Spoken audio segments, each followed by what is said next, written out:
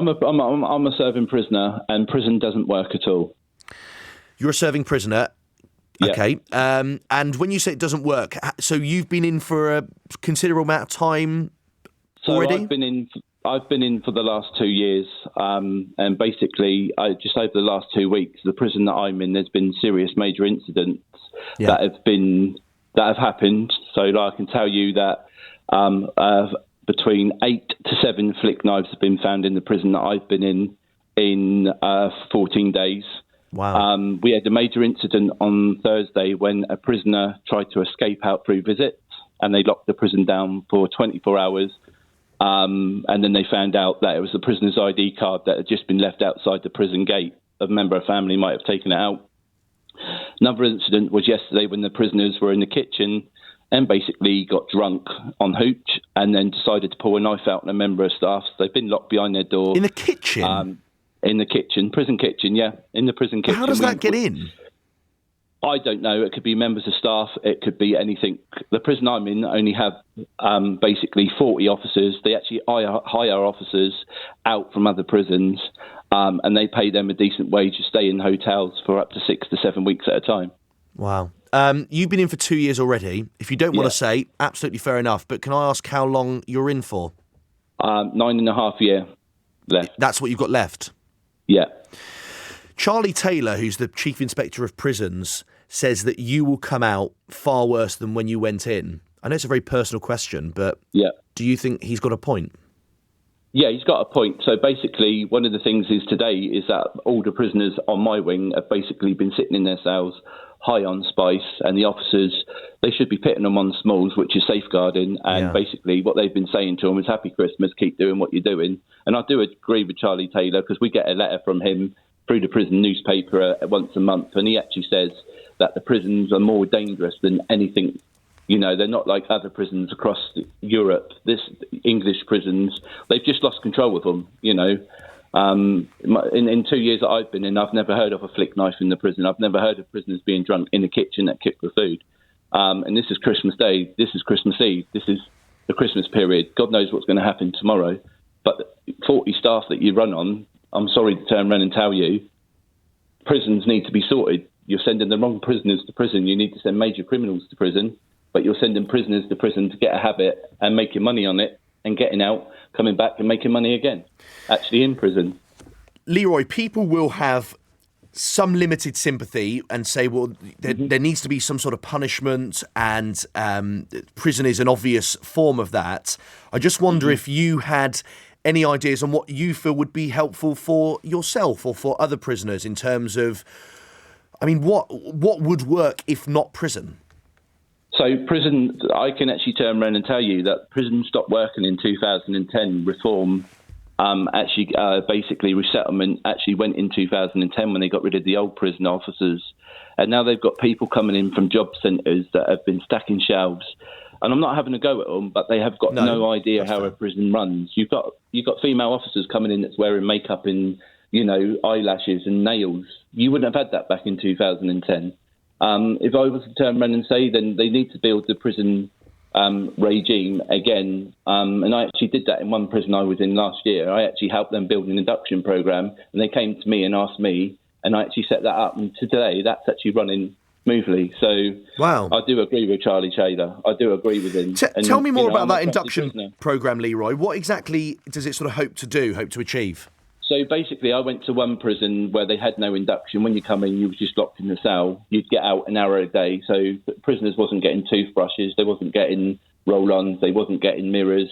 They wasn't getting razors. And then we found out that the governor was saving £46,000 a year.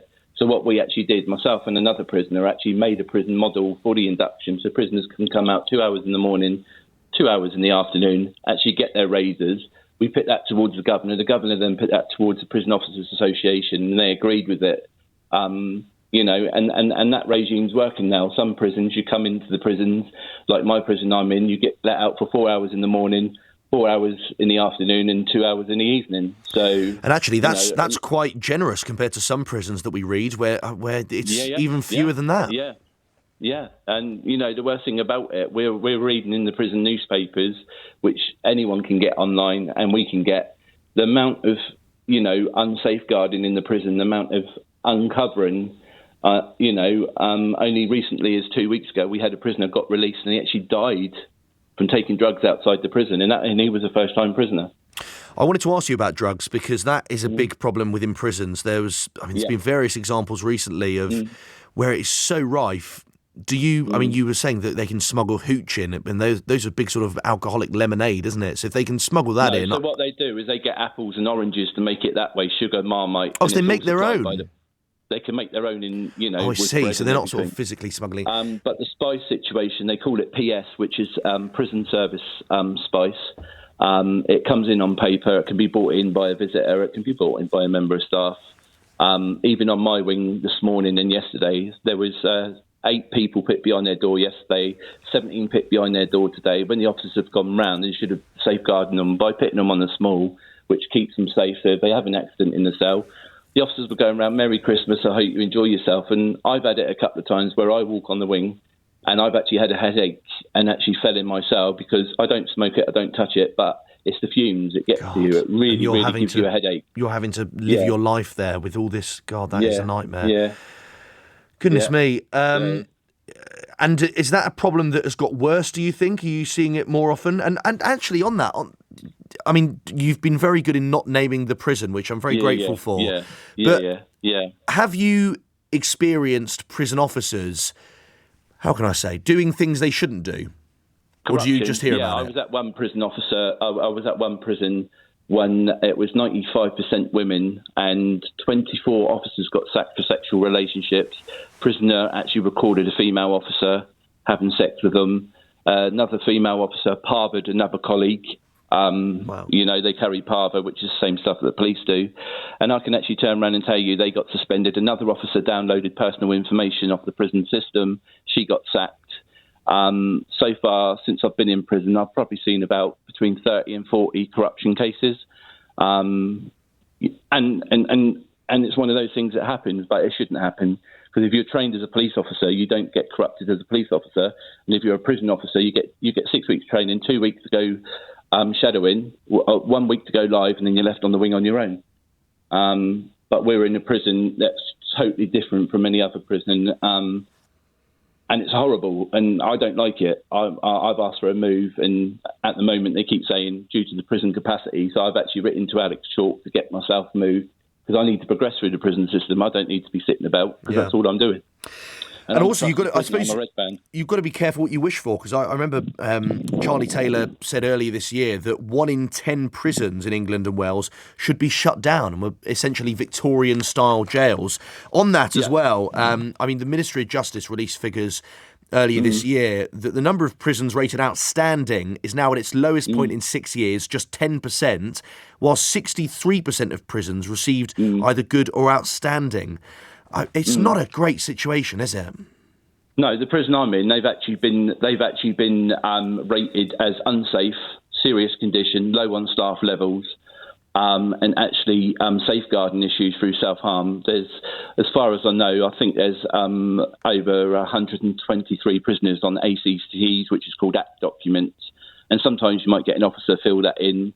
Sometimes you might get them fill it in during the day. But if a prisoner self-harmed during the day, then they've got a lot of paperwork to do. Then they can take that officer off the wing for a couple of hours. So the wing that I'm on holds 65 prisoners, and we have 1 member of staff when we should have 2 members of staff. Wow.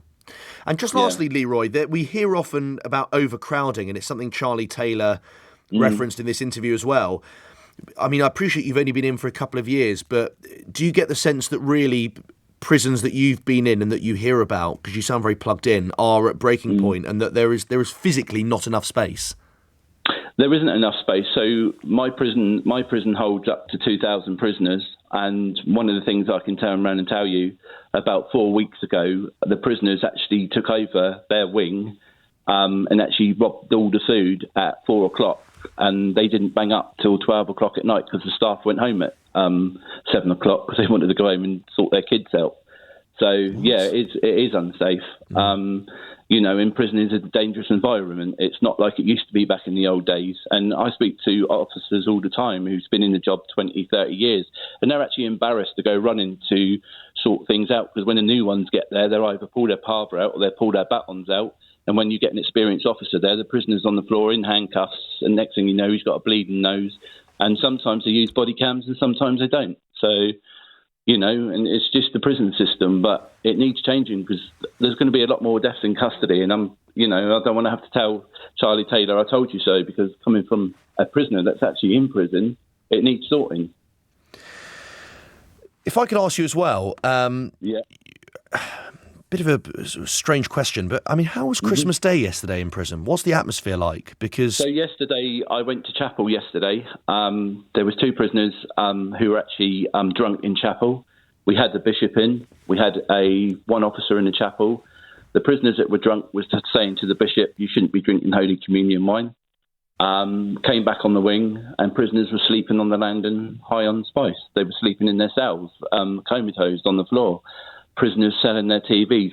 We got half a chicken yesterday, which outside it cost quite a lot of money. In here, they were selling it for prison spice, which cost about £2 to £3 in here.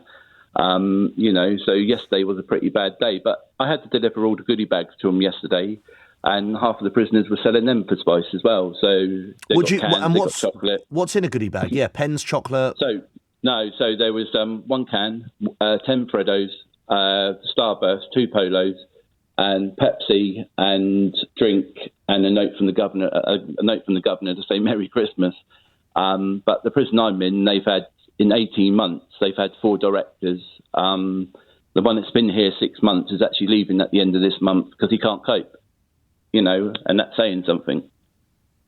And with those goodie bags, you say that people were selling them off for drugs and for other things. Yeah. They were selling them off for drugs. Yeah, they were. I actually seen it with my own eyes.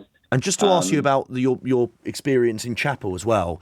So you got in there hoping for a bit of reflection worship, exactly. And people were being obnoxious and loud, what did the chaplain say?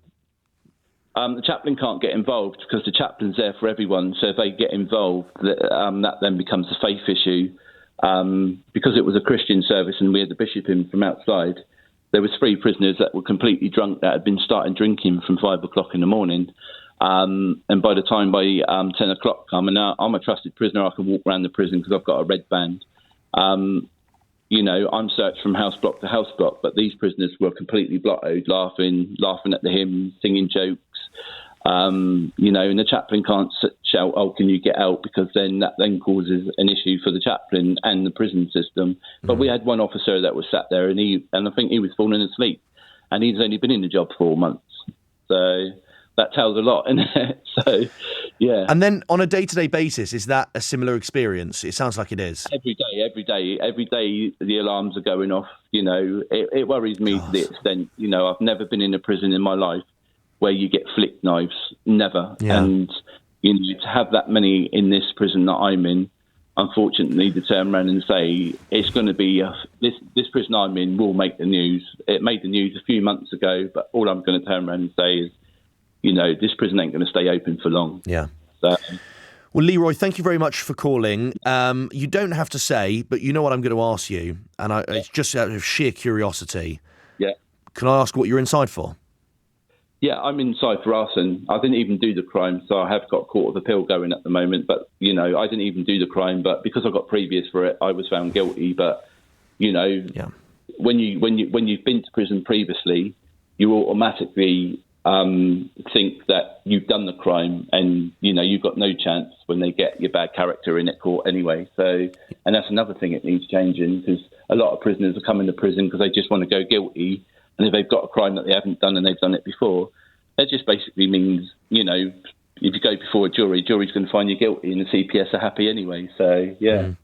OK, Leroy, thank you very much. Leroy's a first-time caller in Hackney. Important to say, of course, whilst Leroy makes the point that he, in his view, didn't do it, of course, I have to say that there is a process going on there, and so we don't necessarily know the full facts, but a really fascinating conversation with Leroy there. I wonder if he's changed your mind. I wonder if you listen to Leroy and your image of a prisoner has changed, and whether the idea of keeping someone locked up for such a long period of time actually works, or whether it's a bit outdated, and how we can stop people coming out far worse than when they came in.